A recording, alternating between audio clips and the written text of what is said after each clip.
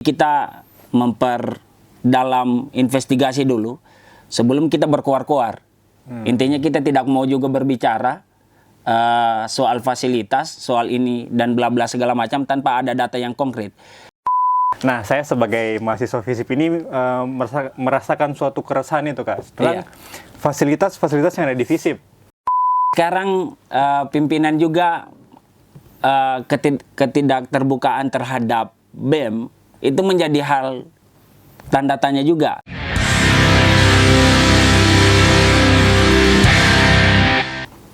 Halo guys, kembali lagi di Bisik Bincang Asik Kinesik. Nah, sekarang di Bisik ini kita kedatangan tamu spesial, yaitu dari Ketua BEM FISIP Untat. Saya persilakan Kakak, perkenalkan diri. Oke, perkenalkan, nama saya Wagif dari jurusan Antropologi, selaku Ketua Umum Badan Eksekutif Mahasiswa periode 2024. Nah, jadi ini Kak, kalau dari Kakak bilang berarti Kakak belum lama ya jadi Ketua BEM di FISIP? Iya, belum lama sih. Nah, sepanjang ini di BEM itu apa yang sudah Kakak lakukan? Baik, yang saya lakukan yang pertama-tama yaitu program kerja saya pertama menjabat yaitu penanaman pohon mangrove di Desa Lendentovia, Dusun Lebuana. Nah, terus yang kedua itu 17 Agustus bersama-sama HMJ ataupun UKM se-FISIP Untat. Terus yang kedua ada upgrading kepengurusan. Terus yang ketiga itu terakhir ada apa namanya ini? FISIP Day. Oh, iya. Ya gitu. Nah, jadi tadi Kakak sudah lampirkan tadi beberapa agenda-agendanya BEM. Nah, saya mau tanya nih Kak, di BEM sendiri itu sebelumnya saya ingin bertanya dulu, fungsi BEM ini sebenarnya Kak, salah satu fungsi BEM itu menyalurkan apa aspirasi mahasiswa ke birokrasi, betul tidak? Iya, betul. Nah, betul. Nah, saya sebagai mahasiswa FISIP ini merasakan suatu keresahan itu Kak, setelah fasilitas-fasilitas yang ada di FISIP. Nah, jadi misalnya kayak kipas angin, betul. Misalnya ada jaringan internet, atau ada kamar mandi yang biasanya tidak ada airnya. Nah, jadi menurut Kakak sebagai Ketua BEM itu bagaimana BEM menyikapi hal-hal tersebut, Kak? Iya, oke. Baik, terima kasih. Sebelumnya saya menyikapi dari ada beberapa permasalahan yang tentunya yang terjadi di FISIP yang tidak lain dan tidak bukan yaitu persoalan fasilitas.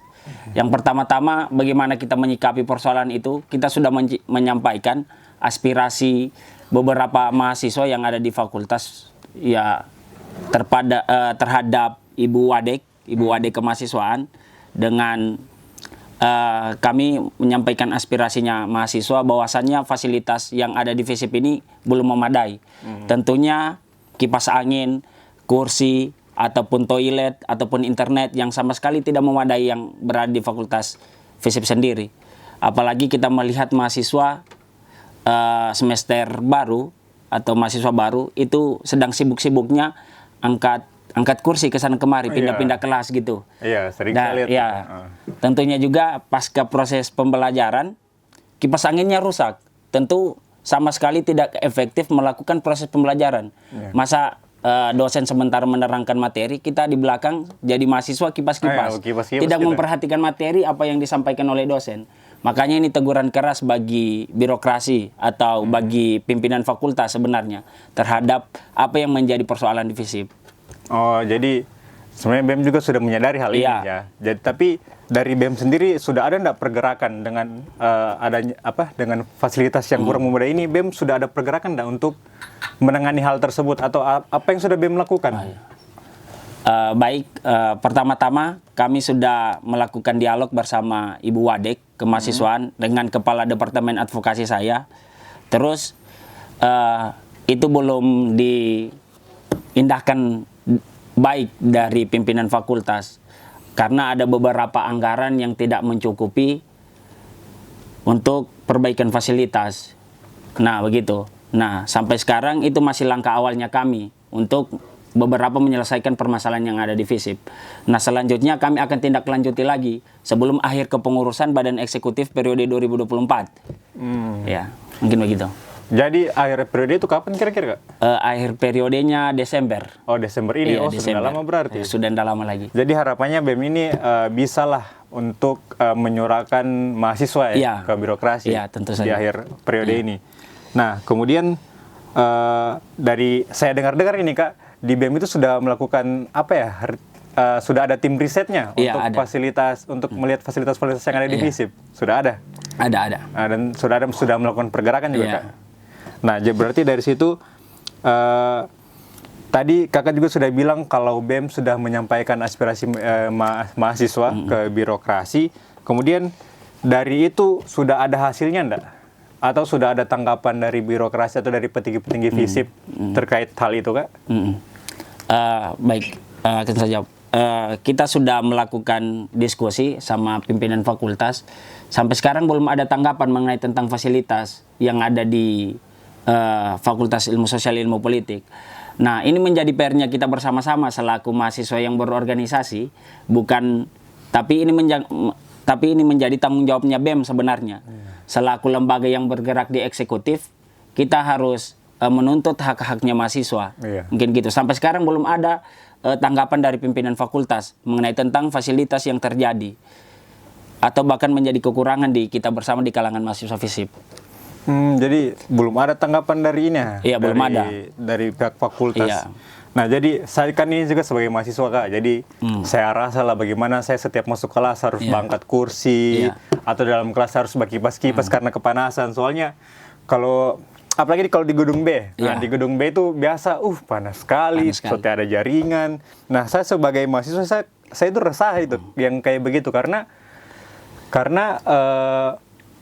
saya merasa tidak nyaman dan materi yang saya dapatkan dari dosen itu kayak tidak maksimal dan tidak efektif di proses pembelajarannya. Nah, jadi yang saya mau tanya juga sama kakak ketua BEM ini, ada ndak ini upaya yang dilakukan selain untuk mencoba berdialog dengan petinggi fakultas, Kak?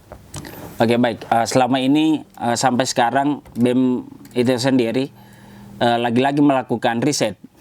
Jadi kita memperdalam investigasi dulu sebelum kita berkoar-koar. Intinya kita tidak mau juga berbicara soal fasilitas, soal ini dan bla bla segala macam tanpa ada data yang konkret. Kita sudah mendapatkan beberapa data di lapangan, tapi kita lebih mengkaji persoalan lebih dalam, menyikapi tentang anggaran berapa yang diturunkan oleh dari birokrasi kampus untuk ke fakultas. Ya, makanya itu yang harus kita kaji dulu lebih mendalam agar kiranya kita bisa mengkalkulasikan berapa dana yang dialokasikan ke pembangunan fasilitas misalnya begitu. Oh, jadi begitu. Jadi untuk sejauh ini, Kak, risetnya itu sudah sampai mana, Kak? Risetnya itu sudah sampai berbicara soal anggaran sih. Anggaran untuk berapa anggaran di tiap tahunnya itu yang dikucurkan oleh birokrasi UNIF ke birokrasi fakultas gitu. Kita sudah sampai di situ. Nah, berarti untuk hasil dari riset itu baru berbicara tentang anggarannya. Iya. Nah, tapi dari pihak fakultasnya ada nggak kayak keterbukaan terkait anggaran dengan apa yang telah dilakukan apa yang telah inilah istilahnya dialirkan gitu ke fasilitas FISIP. Sudah ada nggak mereka terbuka terkait hal itu? Sampai sekarang pimpinan juga ketidakterbukaan terhadap BEM itu menjadi hal tanda tanya juga, menjadi kutipan juga. Kenapa tidak ada transparansi dari pembangunan fasilitas terhadap kami? Nah, tentu kita juga bertanya-tanya kan. Kita melihat akreditas kampus yang begitu unggul. Nah, tapi yang diperbaiki fasilitasnya hanya pimpinan-pimpinan fakultas. Apa kabar dengan kita selaku mahasiswa yang menerima ilmu begitu? Iya, Saya pikir begitu. Iya, betul juga yang Kakak BEM bilang ini. Bagaimana kita ini universitas kita sudah unggul, tapi kita di fakultas agak bagaimana ya, kesusahan mengenai fasilitas. Nah, terutama itu toilet. Jujur saya kalau masalah toilet di kampus ini, saya kadang-kadang kalau saya memang sudah ingin buang air besar atau buang air kecil, saya pasti turun ke bawah, turun ke tenda bawah untuk ke masjid. Mau buang air kecil atau buang air besar. Nah, itu kadang-kadang yang bikin saya terlambat juga masuk mata kuliah karena saya harus turun dulu ke masjid bawah, terus nanti naik lagi ke kampus. Nah, itu apa ya? di sini kan juga ada kakak ketua BEM, jadi saya harap apa yang saya sampaikan itu bisa juga disampaikan ke pihak fakultas. Siap, begitu. siap. Jadi, wah ini ada juga pertanyaanku lagi untuk kakak. Di BEM itu selain melakukan riset, ada nggak inisiatifnya? Maksudnya kayak di BEM sudah ada melakukan inisiatif untuk terkait misalnya penjagaan fasilitas yang ada di FISIP. Iya. Sudah ada belum, Kak?